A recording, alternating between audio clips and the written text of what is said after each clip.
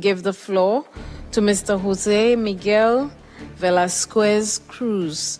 Sir, you have the floor. On November 25th, 1897, the autonomous Constitution of Puerto Rico was enacted by a royal decree, negotiated by our delegation of representatives in the Spanish Congress, in an act of free will and self-determination. On March 27th, 1898, the Autonomous Government Board was elected through free elections where the Autonomous Party won with 80% of the vote. Our delegation of 16 representatives and 2 senators had a voice and the right to vote in the Spanish Congress. The United States invaded our autonomous province on July 25th, 1898, removed our local government disregarding its legitimacy, and established a military government by presidential executive order in a total humiliation for our people, destroying our economy and creating a persistent humanitarian crisis. Today, Puerto Rico has far less freedom than in 1897. That is why we have so much poverty and corruption on the island. Political parties and politicians exploit the colonial administration for their own benefit. When Queen Maria Cristina refused to surrender Puerto Rico, she offered other means of payment for the expenses of the war, but President McKinley demanded her to sign the only terms offered within 48 hours, or a second military operation would start towards the Canary Islands.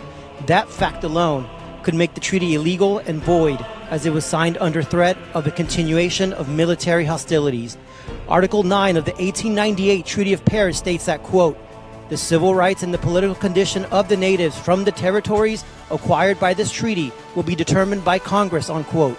Language that was taken from an 1857 pro-slavery Supreme Court ruling on the case Dred Scott versus Sanford. We have been in the same condition as Dred Scott for the past 126 years. Regardless of what the treaty says, Puerto Rico is still Spanish national territory, militarily occupied by the United States. The real independence of Puerto Rico lies within the return of the island to Spain, since Puerto Rico accepted the autonomous province status back in 1897. We were not searching for liberation, as Consul Hanna stated on his reports of April 1898. Puerto Rico was a happy, prosperous, and loyal Spanish province. Board members, we demand for you to persuade NATO allies, United States and Spain, along with Puerto Rico, to negotiate the return of the island through a joint United States and Spain-supported referendum. Returning to Spain will solve the identity crisis among Puerto Ricans, because Puerto Ricans are Spaniards. This status solution will return the self-esteem stolen by the Foraker Act and the insular cases, restoring economic development without the existing colonial restraints.